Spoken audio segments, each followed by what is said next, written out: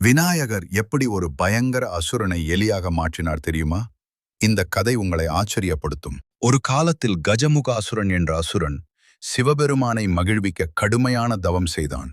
அவன் தவத்தின் சக்தி உலகையே அதிரச் செய்தது. அவனது தவத்தால் மகிழ்ந்த சிவபெருமான் முன் தோன்றி, என்ன வரம் வேண்டும் என்று கேட்டார்.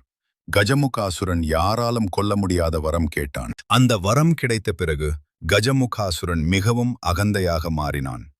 தேவர்கள் மற்றும் முனிவர்களை துன்பப்படுத்த ஆரம்பித்தான். அவன் கொடுமையை தாங்க முடியாமல் தேவர்கள் அனைவரும் சிவபெருமானை நாடி உதவி கேட்டார்கள். அப்போது சிவபெருமான் தனது மகன் விநாயகரை அழைத்து கஜமுகாசுரனை அடக்கச் சொன்னார்.